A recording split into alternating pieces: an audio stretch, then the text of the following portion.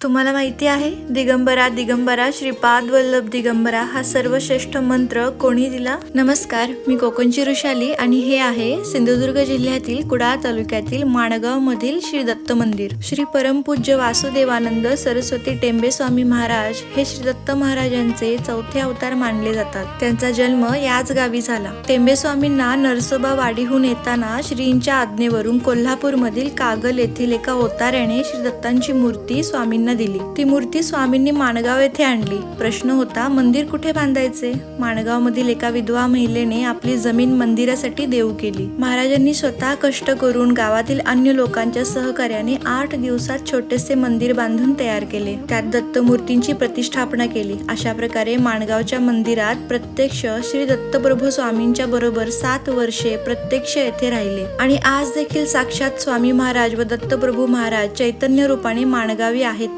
त्यामुळेच शरण आलेल्या भक्तांची कामे इथे सहजरित्या होताना दिसतात. महाराजांच्या येत असलेल्या प्रचितीमुळे माणगाव आज तीर्थक्षेत्र म्हणून नावारूपास आले आहे. आणि दिगंबरा दिगंबरा श्रीपाद वल्लभ दिगंबरा हा विश्वशांती मंत्र श्री परमपूज्य वासुदेवानंद सरस्वती टेंबे स्वामी महाराजांनी स्वरचित केला आहे. तुम्हाला हे माहिती होते का? मला नक्की कॉमेंट करून सांगा आणि कोकणातील अशाच इंटरेस्टिंग गोष्टी पाहण्यासाठी मला लगेच फॉलो करा.